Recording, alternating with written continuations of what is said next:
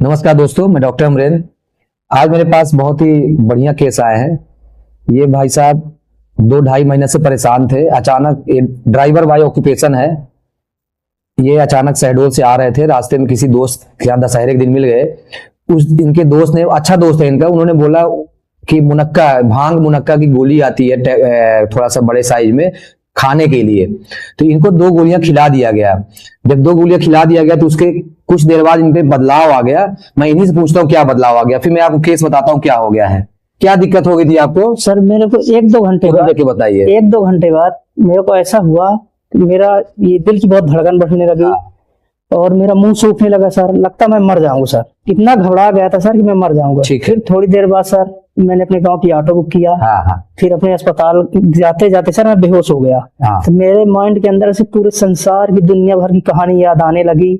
और यहाँ जैसे अपने बत्ती लाइट जैसे लगता है लाइट जल रहा है, अजीब अजीब ख्याल आ रहा है, लगता है मर जाएंगे, बड़ी बड़ी है ऐसे। ये होते थे सर मेरे यहाँ की लाइट दुनिया भर की याद आते थे, यहाँ लाइट मेरे बंद हो गई। ठीक है। इसके बाद में बेहोश हो गया। ये जो भांग खाया था, भांग एक खतरनाक चीज है, लोगों को नहीं खाना चाहिए। जैसा इन्होंने भाई साहब ने बताया, खाने के आधे 1 घंटे बाद इनको तरह तरह के बदलाव आने लगे, धड़कन बढ़ने लगी, मुंह सूखने लगा, बेचैनी होने लगी, अजीब अजीब आंखों में चमक, तरह तरह के ख्याल आने लगे।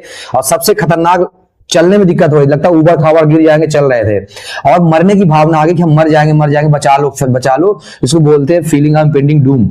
तो इस प्रकार से दोस्त के प्रभाव में इन्होंने गोली खा ली, उसका नतीजा इनको ये हुआ।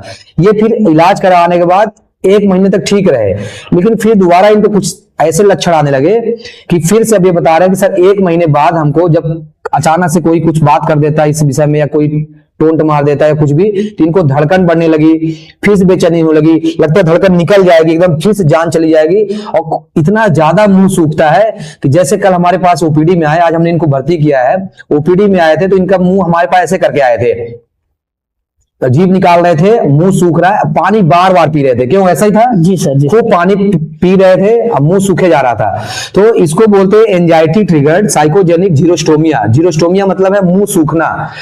भांग का प्रभाव खत्म हो गया इनका। भांग का प्रभाव उसी समय था जो 1 महीने पहले, लेकिन अभी भांग नहीं खाया है, फिर भी उसी तरह के लक्षण आ रहे हैं, क्योंकि इनके ख्याल में कहीं ना कहीं भांग आ जाता है चाहे अनजाने, और उसका परिणाम हो रहा है कि इनका मुंह बार बार सूख रहा है, धड़कन बढ़ रही, अभी भी लगता है कहीं जान तो नहीं चली जाएगी, मृत्यु तो नहीं हो जाएगी। इस चीज से परेशान है।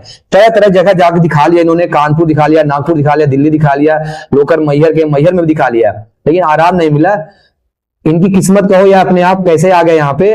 हमने भर्ती किया, कल से आपको कितना आराम है? मेरे को 100 में 50% आराम है सर। 1 दिन में इनको 50% लगभग आराम है।